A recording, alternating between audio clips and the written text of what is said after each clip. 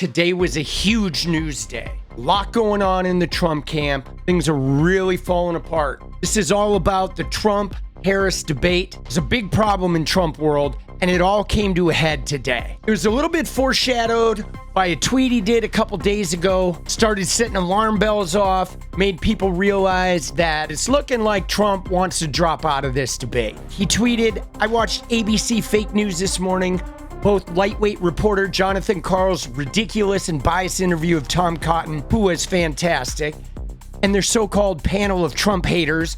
And I ask, why would I do the debate against Kamala Harris on that network? Will panelist Donna Brazile give the questions to the Marxist candidate like she did for crooked Hillary Clinton? Will Kamala's best friend who heads up ABC do likewise? Where's little George Slopadopoulos hanging out now? Will he be involved? They've got a lot of questions to answer. Why did Harris turn down Fox, NBC, CBS, and even CNN? Stay tuned. All right, so this was kind of the first chink in the armor where we saw some cracks forming in the Trump campaign. Then today, all hell broke loose. And a reporter asking him specifically about the debate. But when I looked at the hostility of that, I said, why am I doing it? Let's do it with another network. Okay?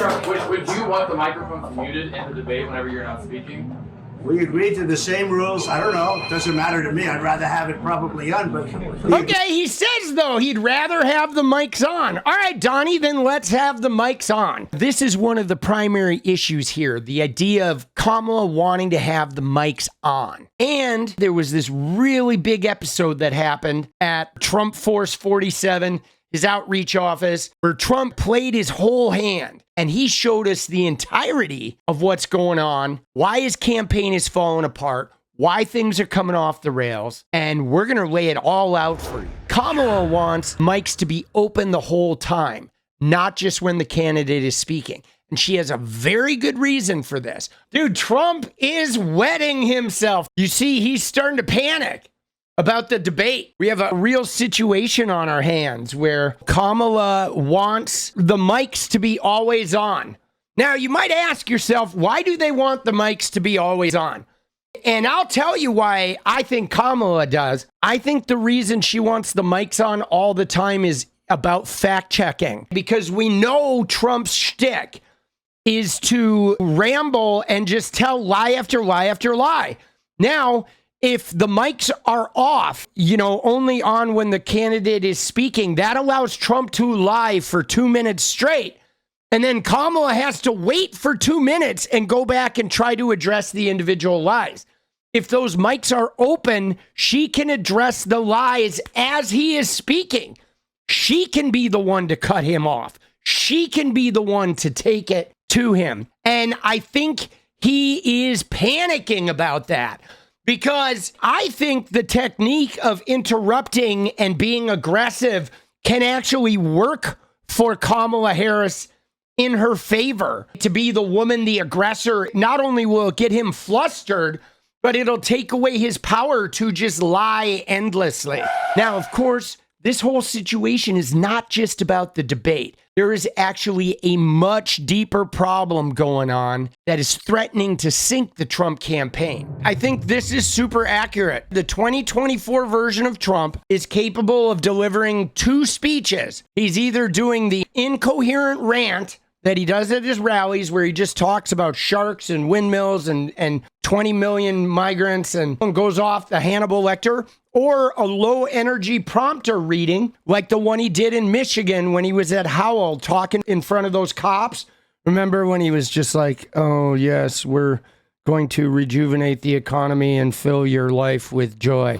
But what Rupar said here nails it. The big problem is both of those speeches, both of those versions of Trump are fucking boring, dude. They're stale. His rallies, everybody goes and gets hyped. The minute he starts speaking, everyone leaves because his shtick of just sitting up there saying we're a failing nation is stale. It's boring. It doesn't have any more zip to it. There's no zing to it because he's not this outsider shaking up the status quo anymore. He's like an ensconced leader of the Republican Party and the de facto center of the Republican deep state. He is the establishment now. So him being up there just rambling, saying everything sucks, it doesn't hold any power. And, you know, everyone on the Democrat side is now excited. And then the prompter reading shit is like not Trump. You saw those clips where we went back and watched him in the Ken Bone debate. He was like electric and answering questions, fully answering them with sort of a zest and an attacky bravado, real confident nature. And he doesn't have that anymore. He doesn't have the juice. I believe this. He doesn't have the juice anymore. His passion to go out there and be the attacky, subversive, you know, like go-getter guy, he does not have that anymore. He has lost that juice. I mean, it's probably a number of factors. He's too old. Maybe he's not in it for the right reasons. I mean, his age has something to do with it. You know, Kamala Harris coming in with that wave of joy is really got to be rough. All of his strategy gone. He thought he had an easy road. He just knew how to attack, and now he doesn't. But some of it may just be that he's over this, that he doesn't love the work anymore. And that's just it with Trump is I think he wants the power of the presidency, and he wants to not get convicted for all his crimes to try and escape the legal liability for all the crimes he's committed. But in order to run for president, there's like a grind. There's like an everyday aggression and sort of an energy you need where you need to wake up every day and be like, I am going to knock down everything in my way to be president, man. You know what I mean? Let's go, right? You have to have that energy, that Rocky kind of energy out on the steps in front of the bell, you know, where you get up there and you're like, let's go. Like, what do you got? Bring it on, bring it on, bring it on, right? And he simply doesn't have that anymore. You know, he's been laughed at. He's been switched up on. He's been defeated because he lost against Biden, and now he never gets to avenge that loss. So he got defeated in a way that was permanent. He can never like win one from Biden. With Biden being in there, he still had a little energy because Biden was the guy who beat him. So like beating Biden was like, yeah, if I beat Biden, that rectifies that he stole that one from me. But now with Kamala, they took that away from him. He has nothing. He has nothing. He has no policy. He doesn't even have the same running mate because they tried to hang his VP. He doesn't have any momentum. He doesn't have any excitement. He doesn't have any energy. He doesn't have anything that is going to get people excited. He's got a bunch of overweight, like Trump regalia wearing, bitter, angry people that won't even stay at his rallies to the end. They leave halfway through his rallies. His own followers have lost commitment and patience for him. His wife isn't around. He has no purpose without his Joe. That's true. That's what was feeding him, was that retribution to win against Joe. And now he's running against a movement and a black woman that's 5 times smarter than him, 10 times tougher than him, and 100 times more skilled at, you know, working the room. Here's a bit later that day when Trump was at his outreach office, and he really puts all his cards out on the table. He goes to a campaign office of his in Michigan, the big Trump Force 47 campaign. And Trumpy here is crying about Biden. Disappointing. Can you imagine he's on vacation in California? They basically take away his nomination. Jojo. Nobody's ever seen anything like that before. I want Jojo So back. he leaves and goes on vacation. He got 14. In all fairness to him, I'm no fan of Sleepy Joe, believe me. I want Jojo back. He got 14 million votes. He got no votes, and they took it away. And, you know, they did the same thing. We signed up RFK, who's great. He's a good guy. Got so many. Yeah, RFK is great. He's trying to cut the head off a whale. Yeah, that's not going to haunt you at all. Environmental group calls for investigation of RFK Jr. chainsawing whale head. Dude, when you add a new guy to your team that pulls headlines like this, dude, it is not good. All right? I mean, we know MAGA's a disaster. We know the Republican Party right now is in shambles. But these headlines, bro, environmental group calls for investigation of RFK Jr. chainsawing whale head. Dude, I know, bro. It went from like eating the dog to you know, planting dead bears in Central Park after driving them around the city to chainsawing the head off of a whale. Like, what the fuck is this guy doing, bro? How do you get involved with that shit? Like, he really has some kind of an illness. I'm telling you, bro.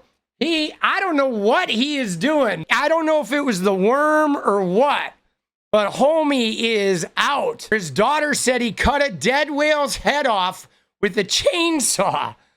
He bungee corded it to the roof of the family's minivan and drove it to Mount Kisco, New York. Every time we accelerated on the highway, whale juice would pour into the windows of the car, and it was the rankest thing on the planet. That's his daughter telling this story, bro. We had plastic bags over our heads with mouth holes cut out, and people on the highway were giving us the finger, but this was just normal day-to-day stuff for us. Transporting the skull across state lines would amount to a felony violation of the Lacey Act. Even with Trump there talking about RFK, you can see Trump is he's not impassioned anymore. You see that, don't you? Even when he's talking about, yeah, we got RFK, we're real excited about that. Trump doesn't look excited.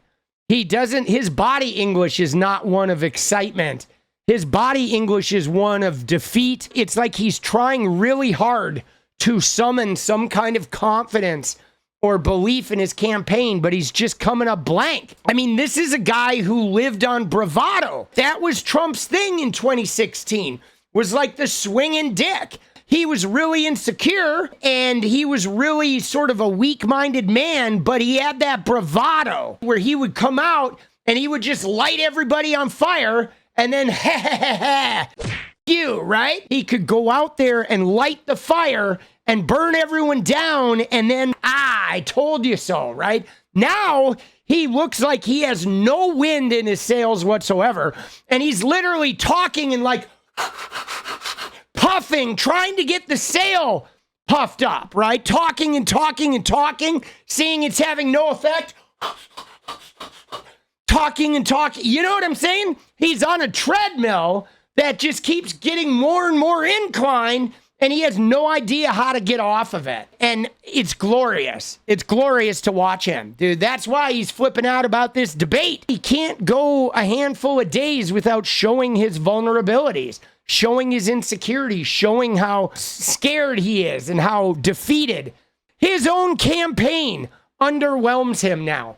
He doesn't believe in his campaign. He's just in a cycle of accordion hands and rank desperation at this point. You can tell he does not believe. He does not believe, dude. He's operating from a place of fear and desperation. You know, we spent probably you can smell it. It on stinks. beating him. He went from any time, anywhere, any place to like, well, I'm afraid to turn the mics on, and she's trying to get out of it because I want the mics on, but we're not going to do it because I'm really scared of having the mics on. But like, we agreed to the rules, and I tried to have other debates, and she fucking burned down my tree house. Dude, Trumpy, dude, he is all turban and no wind, bro. We are the closest to World War III, I believe, that we're not. Right now. There we go. World War III. And we have a Boy, nothing really gets the excitement for your campaign up by telling a room full of diners that World War III is coming, right? I mean, even if World War III is coming, you don't talk about it. It's like walking in your grandparents' house. If one of them has cancer and deciding at the big meal you want to just talk about cancer all night. It's like, bro, What are you doing, dude? Like, oh, great, World War III's coming. Well, maybe I should take my Vietnamese noodles and just pound sand up my ass. You know what I'm saying? Like, I may as well go out and, like, huff some fucking paint since World War III's coming. So, as you can see, there are a lot of problems facing Trump and the campaign, specifically really coming down to that loss of mojo. And the fact that he is super defeated right now. And personally, I don't think he sees a way out of this. If he can't flip that mojo around, he does not have a path back. And frankly, I don't see how he does it. It doesn't seem like his heart is in it. Doesn't seem like he has that same energy. I think the switch to Kamala really just absolutely devastated him. He's going to be underwater from here on out. And I don't really see a fix. All right, you know what to do.